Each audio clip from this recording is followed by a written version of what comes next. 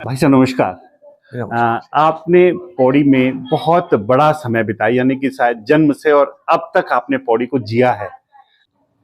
हम ये जानना चाहते हैं कि जिसको लोग ये कहते हैं कि ये पौड़ी वो नहीं है जो पहले थी, तो जो पहले पौड़ी थी वो कैसी थी? बिल्कुल, अपने आप में बड़ा रोचक सवाल है, प्रसंग भी उतने ही रोचक है। बहुत शुरुआत करता हूं मैं तो केदार खंड में जो उल्लेख मिलता है किनाश पर्वत, क्यों कालेश्वर वाला जिस पे पर्वत है, और उसमें कहा गया कि यहाँ एक पायु ऋषि जिन्होंने इसमें यहाँ पे तपस्या की और ये इसका नाम पौड़ी पड़ा। श्रीनगर से या ऊपर चमोली से जो आने वालों का एक पैदल का जो कारवां चलता था, आते थे लोग कलेक्ट्रेट तक पहुंचने के लिए, तो एक पैड़ी के रूप में भी इसको पौड़ी रूप में। खैर, ये तो एक ऐतिहासिक परिप्रेक्ष्य है। लेकिन 1815 में जब गोरखाओं को पूरी तरह से अंग्रेजों की सहायता से गणराज वंश के शासक सुदर्शन शाह ने पदच्युत कर दिया था, तो तब ब्रिटिश गढ़वाल जिसे कहा गया, अलकनंदा से इधर का हिस्सा और कुमाऊं तक, ये ब्रिटिश गढ़वाल और ब्रिटिश कुमाऊं कहलाया। तो शुरुआत में 1815 में तो ये अल्मोड़ा का हिस्सा था पौड़ी, लेकिन इसकी जो विशालता थी उसको देखते हुए अंग्रेजों ने 1839 में ये महसूस किया कि गढ़वाल को एक अलग से यूनिट बनाई जानी चाहिए प्रशासनिक, और उन्होंने 1839 में पौड़ी डिस्ट्रिक्ट का गठन करके पहले डिप्टी कमिश्नर लूसिंगटन को यहाँ पे नियुक्त कर दिया था। श्रीनगर में उसी वर्ष बाढ़ आ गई और फिर अगले ही वर्ष लूसिंगटन जब इस क्षेत्र में घूमने आया तो उसने पाया कि इससे बढ़िया, क्योंकि यूरोपियन लोग थे तो यूरोपियन लोगों को ठंडी जलवायु चाहिए थी, और ठंडी जलवायु के साथ जो हिमालय दिखाई देता था उनको, उस हिमालय के आकर्षण के कारण 1840 में पौड़ी को राजधानी बना दिया जाता है, ब्रिटिश गढ़वाल की कैपिटल बना दिया जाता है। उससे पहले मैंने देखा आपका वीडियो जिसमें आप पुराना पौड़ी गांव का हिस्सा दिखाते हैं, कोठा भीतर है जो, वो 300 साल पुराना मकान है। पहली कोर्ट भी लूसिंगटन ने वहीं पे लगाई थी। तो ये पौड़ी का शुरुआती दौर था 1840 का। लेकिन फिर मैं आपको 1815 से 1840 तक इसलिए ले जाना चाहता हूं कि उसमें जो महत्वपूर्ण कमिश्नर 1816 में जो कमिश्नर आए वो थे H.G. ट्रेल, और ट्रेल वो कमिश्नर था। आप जानते हैं कि उससे पहले तो राजशाही थी, और राजशाही में जो जमीन में जिनका मालिकाना हक होता था वो राजा का होता था, हम सब खैकर थे उसके। तो इसके आने के कारण जो ट्रेल पहला कमिश्नर आया, उसकी सबसे बड़ी विशेषता ये थी कि उसको एक न्यायिक व्यवस्था कायम करना। तो उसने इस गढ़वाल हिस्से का पौड़ी से जो शुरुआत की थी, वो पहला काम जो किया था लैंड सेटलमेंट का। राजाओं के टाइम से, राजाओं से पहले जिन लोगों के पास या उसके बाद गोरखाओं की संदें थी, जो जमीनें थी, उनको उसने लीगलाइज किया, बंदोबस्त किए। तो 1816 से 1835 तक H.G. ट्रेल ने नैनीताल से लेकर और पौड़ी तक का जो सफर किया, उसमें उसने दोनों के क्षेत्र में जिसको कि ब्रिटिश कुमाऊं कहते थे और कुमाऊं का हिस्सा गढ़वाल था, उसमें लैंड सेटलमेंट की, भूमि बंदोबस्त किए। आज भी जगत जी जो लैंड सेटलमेंट का है, अगर किसी को ओरिजिनल देखना होता है, भले वो बहुत कम उपलब्ध है, केवल आर्काइव्स में है, नैनीताल में है, लखनऊ के आर्काइव्स में है, तो वो जो लैंड सेटलमेंट ट्रेल ने किया था वो अपने आप में अद्भुत था। उसके बाद अगर उस लैंड सेटलमेंट को किसी कह सकता है कि गढ़वाल माने पौड़ी चमोली, वो केवल था इबटसन, जो 1928 में पौड़ी आ गया था और 1932 तक रहा, तो उसने भी लैंड सेटलमेंट किया। उसके बाद स्वाधीनता के बाद भारत सरकार ने भी एक लैंड सेटलमेंट किया, भारत सरकार ने, और उस लैंड सेटल को भारत सरकार ने 1956 में किया, 58 तक किया, लेकिन वो भारत सरकार उस लैंड सेटलमेंट को पूरा कर ही नहीं पाई। तो आज भी आप देखेंगे कि कहीं भी आप अपना अगर लैंड, अपनी भूमि की कहीं खोजबीन करना चाहेंगे तो आपको कलेक्ट्रेट या बंदोबस्त ऑफिस में कहना पड़ेगा कि भाई पौड़ी में जाके कि हमें इबटसन का बंदोबस्त दिखा दीजिए। तो ये ब्रिटिशर की बड़ी वो थी। और ये जो आपके पीछे पुराना कलेक्ट्रेट है, यही शुरुआत में, और 2 बिल्डिंगें आगे बनी हुई हैं पुरानी, जिसमें ट्रेजरी भी है, भूमि अध्यापिका का ऑफिस है, रजिस्ट्री होती है जहाँ, और साथ में जहाँ पुरानी ट्रेजरी थी, यही भवन थे उसमें। तो ये एक तो बड़ा काम हुआ था। दूसरी बात, ट्रेल ने जो सबसे बड़ा काम किया था, उसके आने से पहले हमारे पास पशुओं लायक चलने लायक भी जमीन वो नहीं थे, रास्ते नहीं थे। तो ट्रेल ने ऋषिकेश से लेकर पौड़ी कोटद्वार से लेकर बद्रीनाथ तक, केदारनाथ तक, इसने रोड का सर्वे करा दिया था। और ये रोड का सर्वे आगे जाके बड़ा काम आया जब और प्रशासक आए और नीति नियंता आए। अब जहां तक पौड़ी की बात आई जब, तो पौड़ी में नियमित रूप से 40 से डीएम बैठा नहीं लगा था। कारण ये था कि यहाँ कुछ था ही नहीं जंगल के सिवा। तो तब छोटे छोटे ये बसाहत होने लगी। जैसे मैंने कहा, ये पुरानी एक तो ऊपर जो जहाँ पुरानी तहसील थी वहां बंदोबस्त कार्यालय, और ये सामने जो 2 बिल्डिंग है पुरानी ट्रेजरी से लगी हुई थी, यही कलेक्ट्रेट का मुख्य रूप से था। ये बिल्डिंग जो सामने पुराना जहाँ कलेक्ट्रेट था, ये 1904 से और 8 के बीच ये बिल्डिंग बनी थी, क्योंकि इसका उल्लेख मुझे जो एस्टोवल था, VA एस्टोवल पौड़ी में, उसके एक विवरण से मुझे पता चलता है। और जहां आज डीएम का रेजिडेंस है, वो डीएम का कैंप ऑफिस होता था। इतनी बर्फ पड़ती थी पौड़ी में कि उस समय डीएम घोड़े से पहुंचता था नीचे। तो वो ये होता था कि उन्होंने जनता की सुविधा के लिए ये रखा कि ठीक है, क्योंकि रास्ते सारे पैदल के ऊपर से जोड़ते थे, तो उन्होंने वहां रखा। और ये मूलतः उनका जो है आवास था ब्रिटिशर्स का। इसके साथ साथ जैसे कहानी शुरू हुई, तो 57 जब तक जो भारतवर्ष में जैसे जो क्रांति हुई 1857 की क्रांति के बाद ही मुख्य रूप से इस पौड़ी की तरफ ब्रिटिश सरकार का ध्यान गया। तो यहाँ पर ग्रास्टीन एक डिप्टी कमिश्नर आते हैं 1858 में। उन्होंने 2 बड़े महत्वपूर्ण, मतलब जो मैं पौड़ी की रोचकता के लिए कहूंगा, एक तो उन्होंने रांसी के मैदान को एक्सप्लोर किया था गोल्फ का मैदान बनाने के लिए, बड़े गड्ढे भी थे। दूसरा, इस मैदान को उन्होंने उस वर्ष इस मैदान की भी सुध ली थी, और जहां जहां ये हमारा ऑडिटोरियम है, ये काफी आगे तक का खेत होते थे, लैंड था, लैंडस्केप था। तो इस पे उन्होंने शुरुआत में तो गोल्फ ही खेला, लेकिन बाद में उनको लगा शायद कि ये गोल्फ से ज्यादा बढ़िया हार्डकोर टेनिस हो सकता था, क्योंकि उस समय अंग्रेजों का बड़ा लोकप्रिय खेल होता था। तो इस मैदान को इसीलिए पुराने टेनिस कोर्ट भी कहते हैं। तो हार्डकोर टेनिस के रूप में मैं ये कह सकता हूँ कि 1870 में इसको उन्होंने टेनिस खेलने के लिए बनाया। लेकिन आगे चल के ये पूरे उत्तर भारत का एक ऐसा टेनिस कोर्ट, टेनिस ग्राउंड हो गया था ये मैदान, जिसे अब गांधी पार्क कहते हैं, कि इसमें कई उत्तर भारत की प्रतियोगिता हुई। बड़े ब्रिटिश अधिकारी आते थे, और पौड़ी के नामी वकील तारादत्त गैरोला जी हो गए, आपके घरानंद बहुगुणा जी हो गए, मुकुंदी लाल बैरिस्टर हो गए, और सबसे बड़ी बात, गोविंद बल्लभ पंत अपने पिता के साथ जो यहाँ रह रहे थे, जिनका मैं कहता हूँ कि उनका जन्म भी यहाँ हुआ, तो वो 1887 से लेकर और 1803 तक का तो उनका बड़ा स्पष्ट उल्लेख है कि गोविंद बल्लभ भी पंत रहे। और जो डिप्टी कमिश्नर क्ले आए थे यहाँ पे 11 में, उनकी लड़की एंड्रयूज ने इंग्लैंड में जाके लिखा कि पौड़ी के टेनिस ग्राउंड में, इसके बारे में लिखा ऑक्सफोर्ड में, कि वहां पे गोविंद बल्लभ पंत और मुकुंदी लाल बैरिस्टर की जोड़ी के साथ जो स्थानीय लोग थे, जिसमें नरेंद्र सिंह भंडारी थे, योगेंद्र सिंह भंडारी जी के पिताजी, और चंदोला थे, बीडी चंदोला थे, ये वो लोग थे जो अंग्रेजों के साथ क्रिकेट से ज्यादा, उस समय क्रिकेट लोकप्रिय, टेनिस था लोकप्रिय। तो टेनिस भी इस ग्राउंड में इस तरह से शुरू हुआ।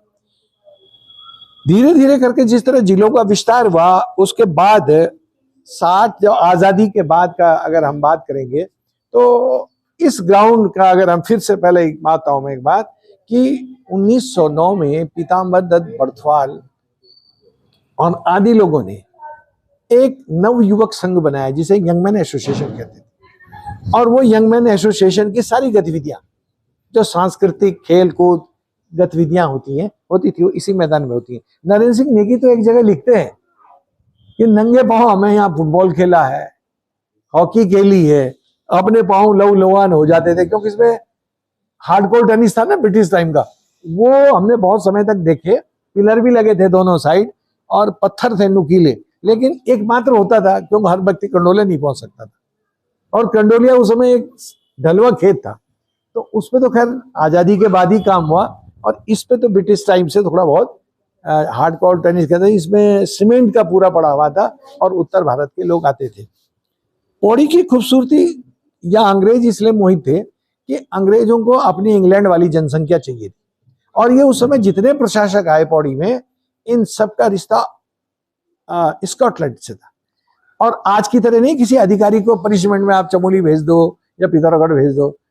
उस समय इंग्लैंड में एक विज्ञापन निकलता था कि गढ़वाल और कुमाऊं के टफ रीजन में कौन अधिकारी अपनी सेवाएं देना चाहता था, और वो आईसीएसई नहीं होते थे, इंजीनियर भी हो सकते थे। जिसने ये रेलवे लाइन बनाया वो डीसी पौड़ी में इसी बिल्डिंग में बैठते थे, जेम्स क्ले इंजीनियर थे, ऑक्सफोर्ड के पढ़े हुए थे, और वही पौड़ी में पहली बार कैमरा लाए थे। उन्हीं के फोटो से पहले यहाँ कैमरा था ही नहीं, तो वही 1909 में कैमरा लाए थे इंग्लैंड से यहाँ पे, और उसके बाद उन्होंने बद्रीनाथ केदारनाथ के क्षेत्रों का भ्रमण करो, फोटो खींचे। पौड़ी के बारे में एक दुर्भाग्य भी रहा कि एक बार टूरिज्म को प्रमोट करने के लिए उत्तर प्रदेश टूरिज्म ने एक डोर्नियर, उस समय विमान होता था, उस डोर्नियर विमान से उन्होंने केदारनाथ और बद्रीनाथ की पहाड़ियों के साथ उत्तरकाशी, गंगोत्री, यमुनोत्री के लिए टूर एक पत्रकारों के लिए मैनेज किया। उसमें कुछ स्वदेशी पत्रकार भी थे, कुछ विदेशी पत्रकार भी थे। तो मैं आपको बताऊं कि वो डोर्नियर सारे हिमालय के घूमने के बाद जब इस पौड़ी के पास आता है, तो वो पत्रकार अपना विवरण लिखते हैं कि जब हमने पौड़ी के ऊपर उड़ान भरी और पायलट ने बताया कि आप पौड़ी के ऊपर उड़ान भर रहे हैं, और पौड़ी से हमने जिस तरीके से हिमालय को देखा, पौड़ी से जिस तरीके को हमने दूर मैदानी क्षेत्रों के इलाकों को देखा, उससे उन्होंने कहा कि हमारी इच्छा तो ऐसी हुई कि एक बार अगर हमारा ये जहाज डोर्नियर अगर पौड़ी के ऊपर रुक जाता तो हम इसकी खूबसूरती को निहार। लेकिन बदकिस्मती रही कि हम इसका कभी फायदा उठा नहीं पाए। हमारे जो योजनाकार रहे, हमारी जो लीडरशिप रही है, उसका विजन ही नहीं रहा कि हम इस खूबसूरत शहर पौड़ी को उस तरह बसते। एक बड़ा प्रसंग है, 1960 में पौड़ी में डीएम थे बीके गोस्वामी, बसंत कुमार गोस्वामी, बहुत लोकप्रिय आदमी थे। 1958 में प्रेमनाथ के साथ इसी मैदान में बीना रॉय का भी प्रोग्राम हुआ, और बीना रॉय सामने स्टेज होता था उस समय, जहां आज ये इसकी बिल्डिंग बनी है हमारे ऑडिटोरियम की, और यहाँ पे दर्शक थे। तो प्रेमनाथ, फिल्म इंडस्ट्री के प्रेमनाथ यहाँ आए, जौहर सहगल यहाँ आई, इस मैदान पे उन्होंने अपना प्रोग्राम दिया।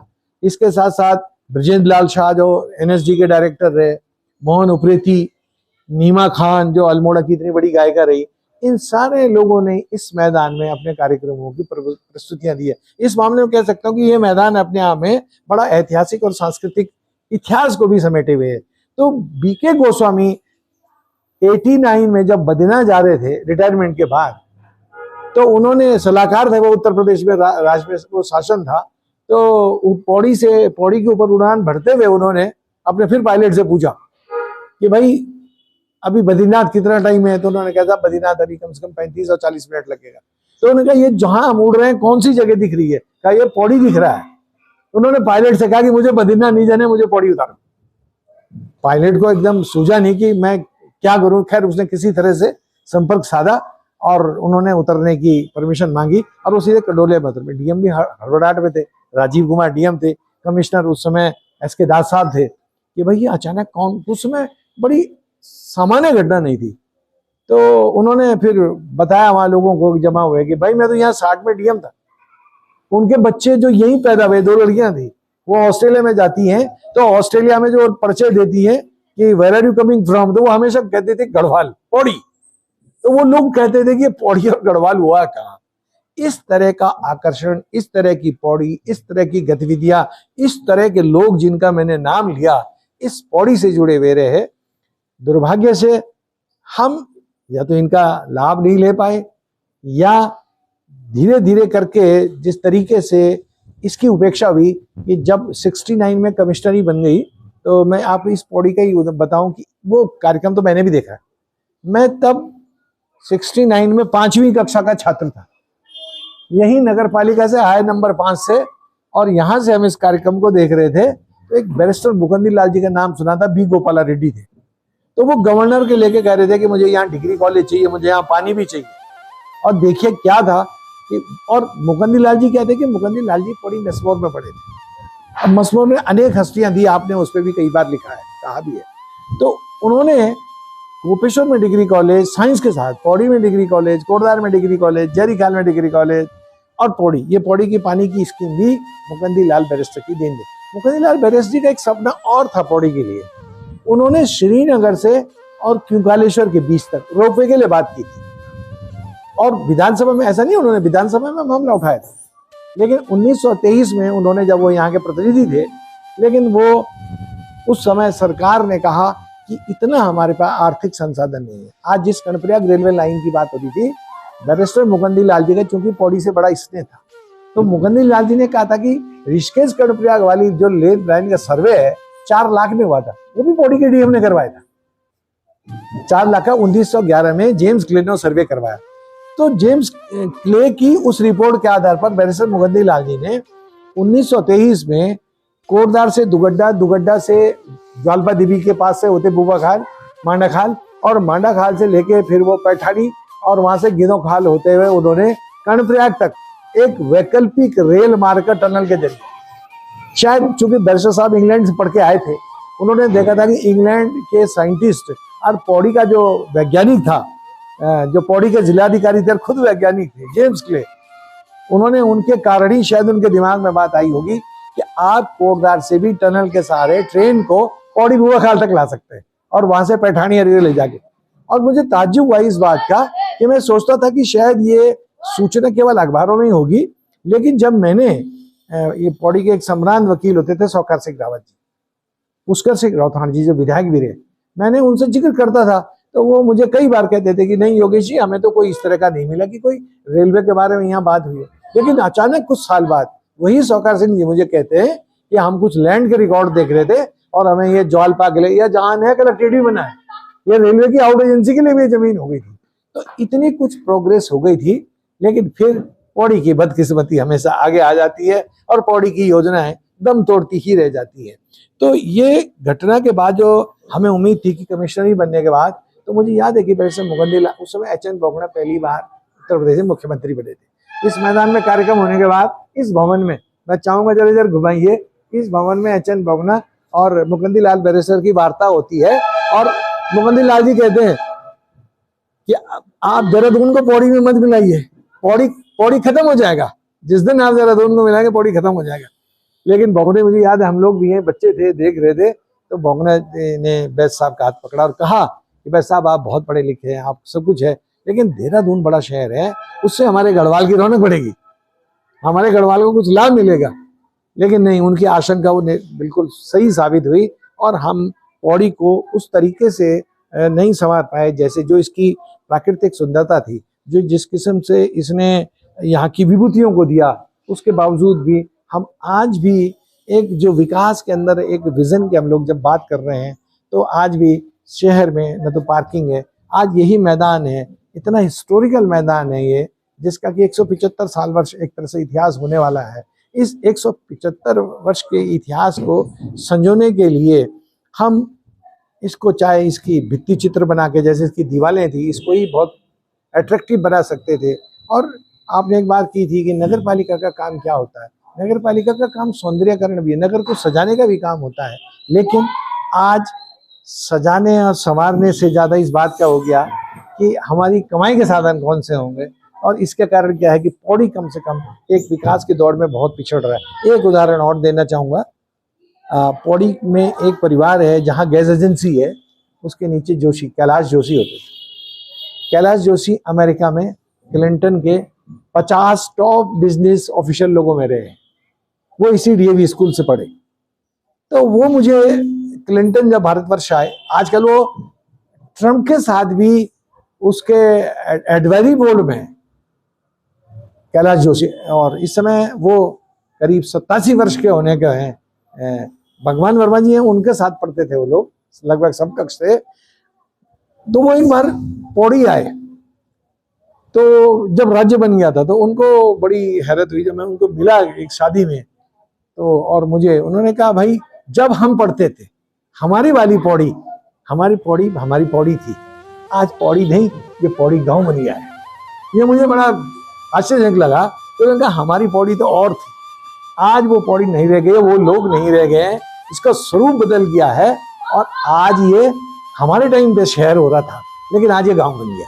मुझे उनकी ये टिप्पणी आज भी मेरे मन को कचोटती है कि करीब 5-6 दशक से अमेरिका में रहने वाला व्यक्ति जब अपने घर आता है तो इस दर्द को लगता है उसको। तो मैं सोचता हूँ कि पौड़ी के विकास के लिए ठोस नीति के साथ और दीर्घकालीन योजना के साथ कुछ योजनाएं तो ऐसी बनानी होंगी, नहीं तो आज इतने वर्षों के बाद 50 वर्ष पौड़ी कमिश्नरी को हो गए हैं, लेकिन पौड़ी में सीवर लाइन नहीं है अपनी, जबकि वो छोटे छोटे शहरों में सीवर लाइन है।